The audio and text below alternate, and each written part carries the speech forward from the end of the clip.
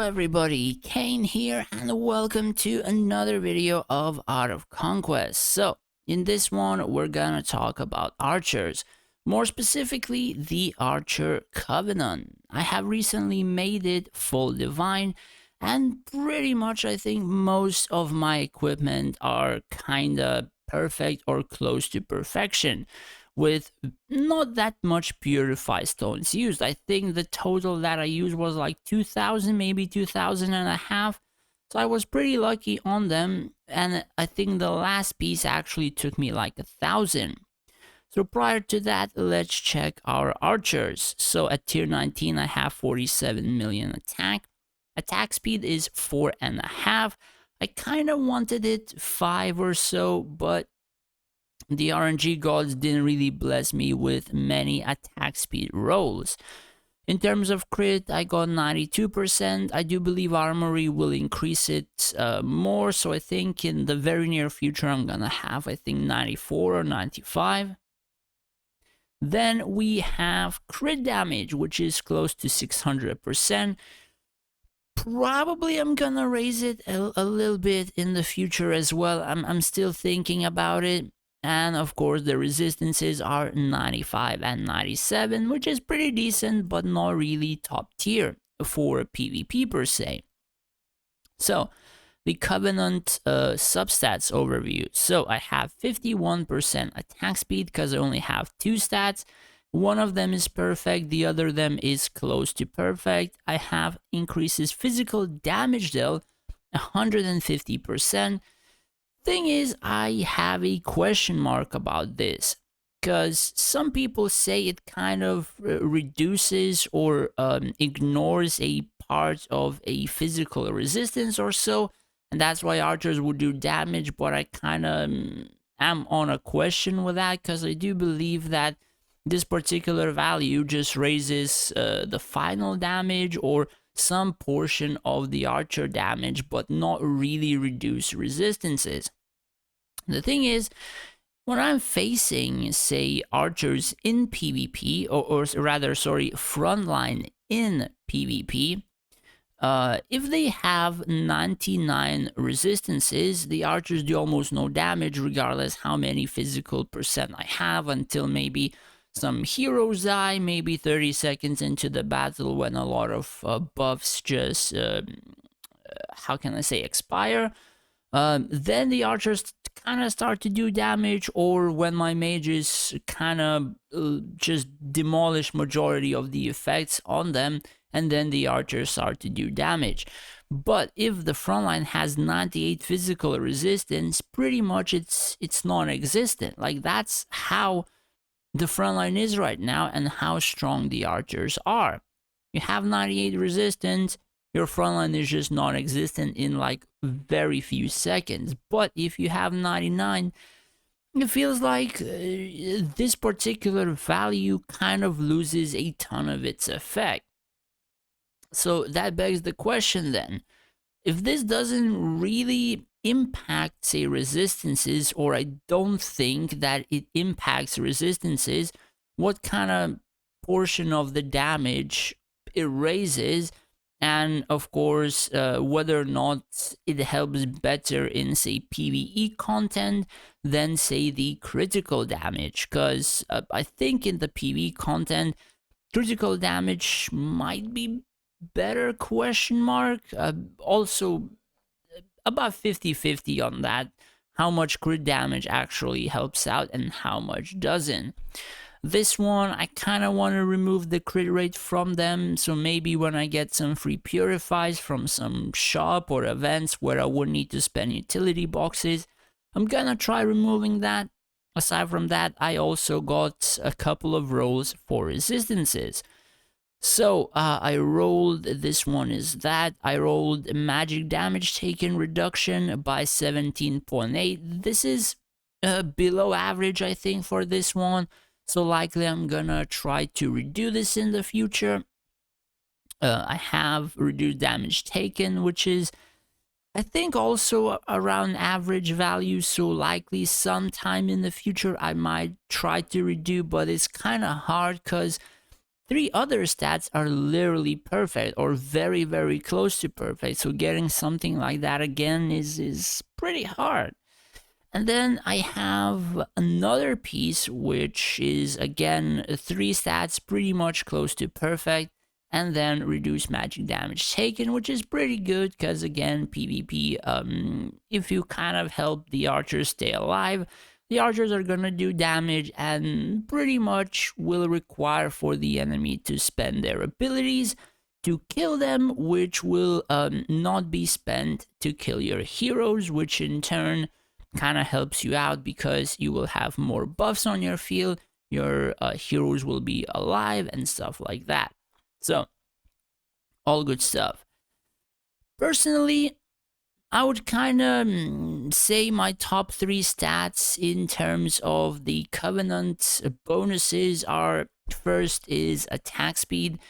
Depending on your stage in the realm, in the game, in events, all that kind of stuff, you kind of require to raise this attack speed to at the very least like 4 attacks per second.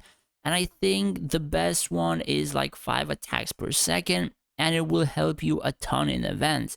I've noticed huge differences from when I had 3.5, 4.5. It helped out in the timed events a lot, like incredibly a lot. Like the Dead Eyes for timed events, they just started one bopping everything and rather quite quickly. So that is why you would want to raise the attack speed. It's pretty much so you would be able to compete in timed events better, faster, maybe win more Lenari, but it also depends on your realm and how you're performing in it. Aside from that, the second one would likely be crit damage.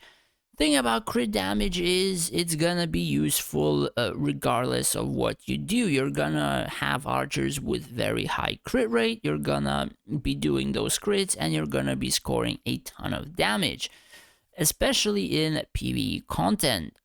The only difference or the bad thing is depends which archers you're using. So for example, Dead Eyes cannot really use crit damage well. Lich Mages or Lich Warlocks cannot really use crit damage well, I don't think. So that only leaves you with Rakan Archers, Human Archers, and Sylvani Archers.